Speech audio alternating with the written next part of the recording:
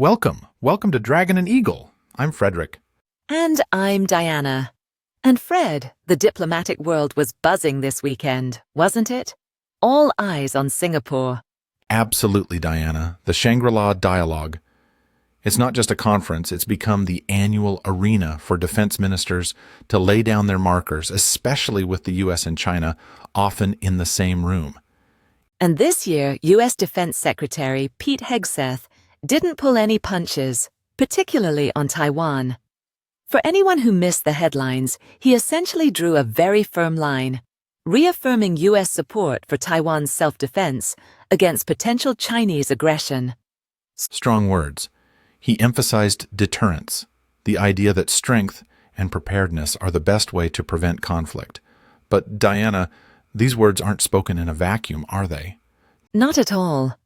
China, of course, has its own very strong views on Taiwan, and the entire Indo-Pacific region is listening very, very closely.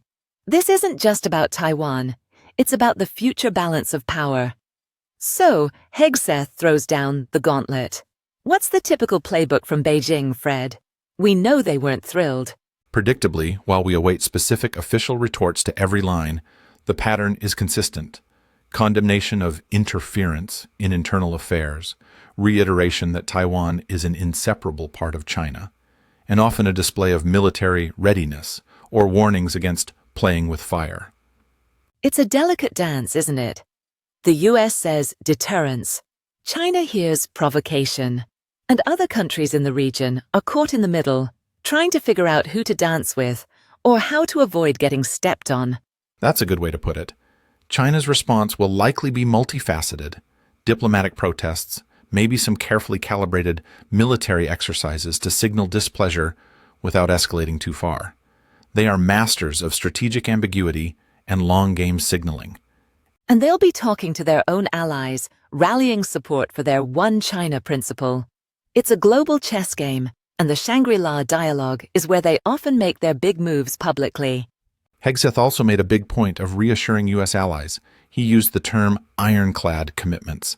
That's language countries like Japan, South Korea, the Philippines, and Australia are listening for very carefully. Because they're on the front lines, geographically and economically. Japan, for instance, sees Taiwan's security as directly linked to its own. Any instability there has massive ripple effects for them. Exactly. And for countries like the Philippines, which has its own territorial disputes with China in the South China Sea, U.S. backing and the reaffirmation of these alliances are crucial. They're looking for tangible signs of support, not just words. But there's also an economic tightrope they're all walking, isn't there? China is a massive trading partner for almost everyone in the region. So, it's this constant balancing act, security concerns versus economic realities. How do you poke the dragon without getting burned financially? That's the multi-trillion-dollar question, and it's why forums like Shangri-La are so critical. It's not just public speeches. A lot of crucial backroom diplomacy happens, trying to navigate these complex relationships. All right, Fred, let's switch gears slightly. Fast fire round. Beyond the official statements, what's the undercurrent? What's the gossip in the hallways of Shangri-La, so to speak? Ah, the fun stuff. Well, there's always speculation about who's really talking to whom behind closed doors. Are there any surprise meetings, any breakthroughs, or near misses that don't make the headlines? Hot take. Is all this tough talk actually making things safer, or is it just raising the temperature to boiling point? That's the eternal debate. Proponents say clarity and strength deter aggression. Critics argue it could lead to miscalculation.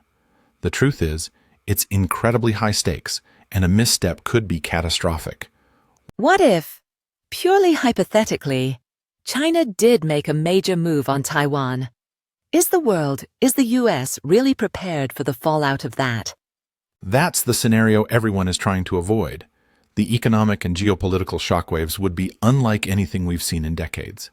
Hegseth's message is that the U.S. is doing everything it can to ensure that what if remains firmly in the realm of hypothesis. A high-stakes poker game where nobody wants to see the final cards shown makes for a tense watch. So, as the dust settles from this year's Shangri-La Dialogue, the core issues remain.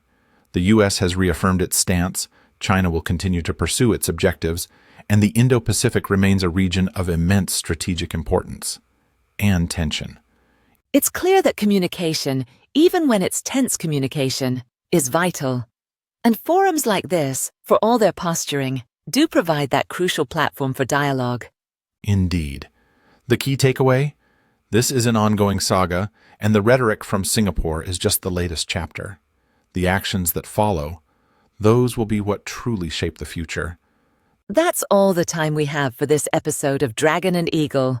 What are your thoughts on the Shangri-La Dialogue? Let us know in the comments below. We love hearing from you. Don't forget to like this video, subscribe to Insider 360 for more deep dives, and hit that notification bell so you don't miss our next conversation. Until next time, stay informed and stay engaged. See you next time.